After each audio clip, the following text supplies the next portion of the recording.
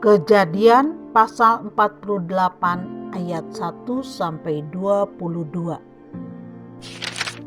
Yakub memberkati Manasye dan Efraim. Sesudah itu ada orang mengatakan kepada Yusuf, "Ayahmu sakit." Lalu dibawanyalah kedua anaknya, Manasye dan Efraim. Ketika diberitahukan kepada Yakub, "Telah datang anakmu Yusuf kepadamu," maka Israel mengumpulkan segenap kekuatannya dan duduklah ia di tempat tidurnya.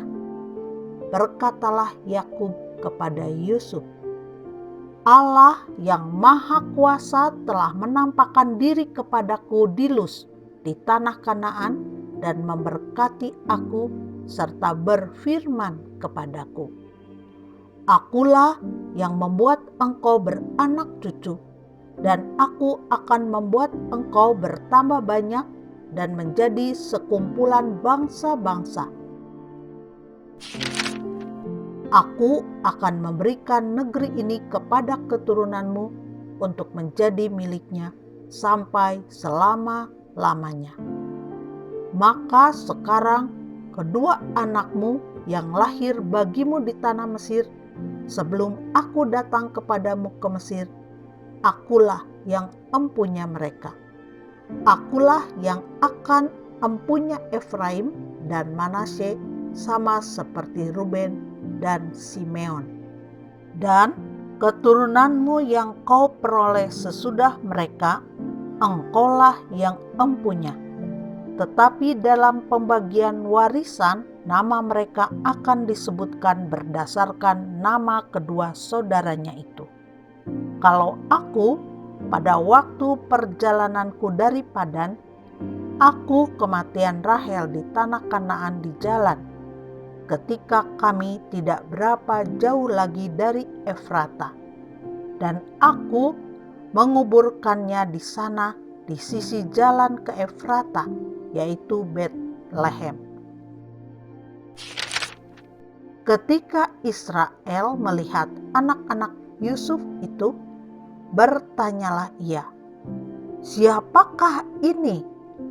Jawab Yusuf kepada ayahnya, "Inilah anak-anakku yang telah diberikan Allah kepadaku di sini."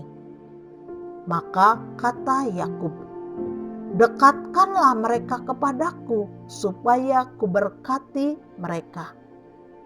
Adapun mata Israel telah kabur karena tuanya, jadi ia tidak dapat lagi melihat. Kemudian Yusuf mendekatkan mereka kepada ayahnya, dan mereka dicium serta didekap oleh ayahnya. Lalu berkatalah Israel kepada Yusuf, "Tidak kusangka-sangka bahwa aku akan melihat mukamu lagi, tetapi sekarang Allah bahkan memberi aku melihat keturunanmu." Lalu Yusuf menarik mereka dari antara lutut ayahnya, dan ia sujud dengan mukanya sampai ke tanah. Setelah itu Yusuf memegang mereka keduanya. Dengan tangan kanan dipegangnya Efraim, yaitu di sebelah kiri Israel, dan dengan tangan kiri Manasye, yaitu di sebelah kanan Israel. Lalu didekatkannyalah mereka kepadanya. Tetapi Israel mengulurkan tangan kanannya dan meletakkannya di atas kepala Efraim, walaupun ia yang bungsu, dan tangan kirinya di atas kepala Manasye. Jadi tangannya bersilang, walaupun Manasye yang sulung. Sesudah itu diberkatinyalah Yusuf. Katanya, "Nenekku dan ayahku Abraham dan Ishak telah hidup di hadapan Allah. Allah itu sebagai Allah yang telah menjadi gembalaku selama hidupku sampai sekarang, dan sebagai malaikat yang telah melepaskan aku dari segala bahaya. Dialah kiranya yang memberkati orang-orang muda ini, sehingga namaku serta nama nenek dan bapakku Abraham dan Ishak termasyhur oleh karena mereka, dan sehingga mereka bertambah-tambah menjadi jumlah yang besar di bumi. Ketika Yusuf melihat bahwa ayahnya meletakkan tangan kanannya di atas kepala Efraim, hal itu dipandangnya tidak baik.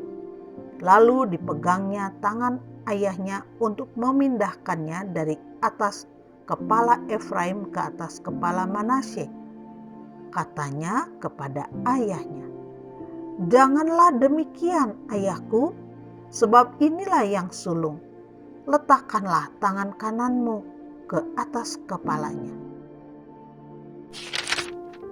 Tetapi ayahnya menolak. Katanya, "Aku tahu, anakku, aku tahu. Ia juga akan menjadi suatu bangsa, dan ia juga akan menjadi besar kuasanya. Walaupun begitu, adiknya akan lebih besar kuasanya daripadanya, dan keturunan adiknya itu akan menjadi sejumlah besar bangsa-bangsa." Lalu diberkatinyalah mereka pada waktu itu. Katanya, "Dengan menyebutkan namamu lah orang Israel akan memberkati. Demikian Allah kiranya membuat engkau seperti Efraim dan seperti Manasye." Demikianlah didahulukannya Efraim daripada Manasye. Kemudian berkatalah Israel kepada Yusuf, "Tidak lama lagi aku akan mati, tetapi Allah akan menyertai kamu dan membawa kamu kembali ke negeri nenek moyangmu. Dan sekarang aku memberikan kepadamu sebagai kelebihanmu daripada saudara-saudaramu suatu punggung gunung yang kurebut dengan pedang dan panahku dari tangan orang Amori."